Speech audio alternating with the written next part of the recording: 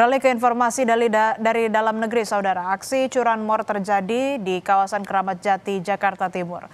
Korban yang merupakan pengemudi ojek online berhasil menangkap pelaku curanmor berkat teknologi GPS.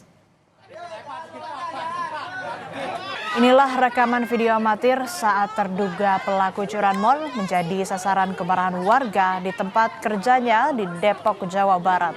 Korban berhasil melacak motornya yang hilang melalui GPS yang terpasang di kendaraannya.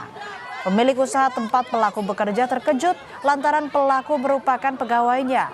Saat ini pelaku dibawa ke Polsek Cipayung, Jakarta Timur untuk mempertanggungjawabkan perbuatannya. Terus saya buka pintu, loh kok motor kamu beda? Karena memang motor dia kan di karbu ya. Nah yang dia bawa pagi itu motor listrik warna putih, ada stiker Grabnya. Lalu dia bilang, motor saya rusak pak, ini motor kakak saya yang saya pakai.